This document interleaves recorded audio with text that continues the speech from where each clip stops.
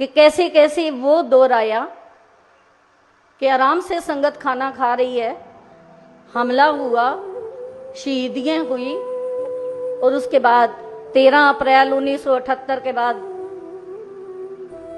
एक दिन के बाद ही पटियाला में MES के हमारे इंजीनियर सुबह दूध लेने जा रहे हैं, उनकी छुरा गोप कर हत्या हो गई।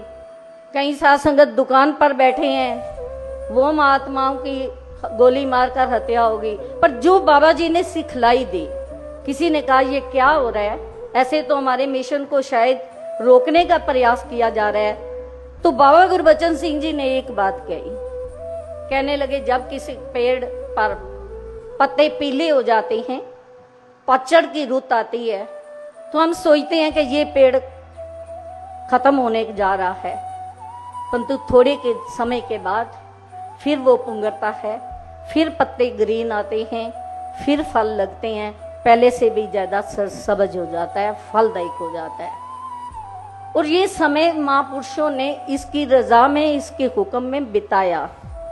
ऐसा भी साथ संगत समय आया कि दसी पीछे किसी गांव में गई तो वो बहन जी बताने लगे कि उनके दोनों बेटे और पति तीनों बैठे घर में रात का खाना खा रहे थे, 6-7 बजे का टाइम था। उधर एकदम आंगन से दगड़ दगड़ करते कोई 2 महानुभाव आए, उन्होंने उनको पकड़कर बाहर सामने दीवार के साथ खड़ा किया और शूट करके चलते बने। कहीं साथ संगत हमने देखा कि जो गुरसिख इसने तैयार की है वो साथ संगत कितने बलिदानी है। नहीं तो घर में भी कोई कष्ट आता है तो इंसान सोचता है पहले मैं अपनी जान बचाऊं। इतनी एग्जाम्पल नहीं दे पाएंगे, एक आध एग्जाम्पल केवल। हमारे प्रीत जी बरनाला, वो साथ संगत इतने महान, आप जानते हो, कवि भी थे, गजलकार भी थे, प्रचारक भी थे। उनके पीछे जब कुछ ऐसे लोग लगे, वो बस पे सफर कर रहे थे, संगरूर बस स्टैंड पर उतरे, देखा कि मेरे पीछे हथियारबंद लोग लगे हैं। सामने पंजाब मोटर पार्ट्स की दुकान थी महापुरुषों की, भाई साहब आला सिंह जी की, उसमें चले गए। वो मोटरसाइकिल वाले भी वहां पहुंच गए हथियार लेकर।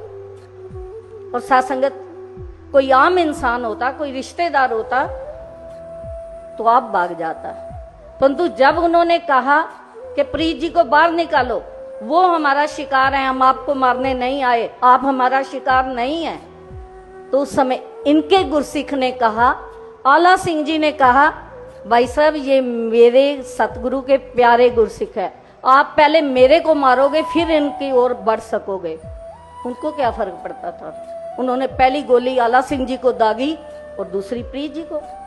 कई 3 महात्मा खड़े हैं, चाहे वो साध संगत उपासक जी के भाई साहब थे, चाहे हमारे टिक्का साहब थे, चाहे साध संगत लहरी जी थे। ऐसे ऐसे महात्मा जो बर्फ की सिलों पर लटाए गए, जिनके घरों के आगे ताले लगा दिए गए, दूध नहीं जाएगा, पानी नहीं जाएगा, ये सब कुछ इन्होंने भक्तों ने भी सहन किया। तो ताकत इनकी थी जिन्होंने कहा कि पतझड़ के बाद फिर फूल आएंगे, फिर फल लगेगा, फिर बहार आएगी। तो आज बाबा जी यही मांगते हैं कि आपने बहार दी है, इस बहार के पीछे जितने जितने महापुरुषों ने सिखलाइयाँ दी हैं, आपके भाणे को माना है। आज भी वो शहीद परिवार जो सैकड़ों में हैं, वो सब आपके दर पर झुके हुए हैं, लगे हुए हैं। ऐसी ताकत बख्शो हर गुरसिख को कि छोटी छोटी बातें लेकर हम कहीं पर अपनी गुरमत के रास्ते के डगर से भटक ना जाए, ऐसा आशीर्वाद देना, प्यार से कहना।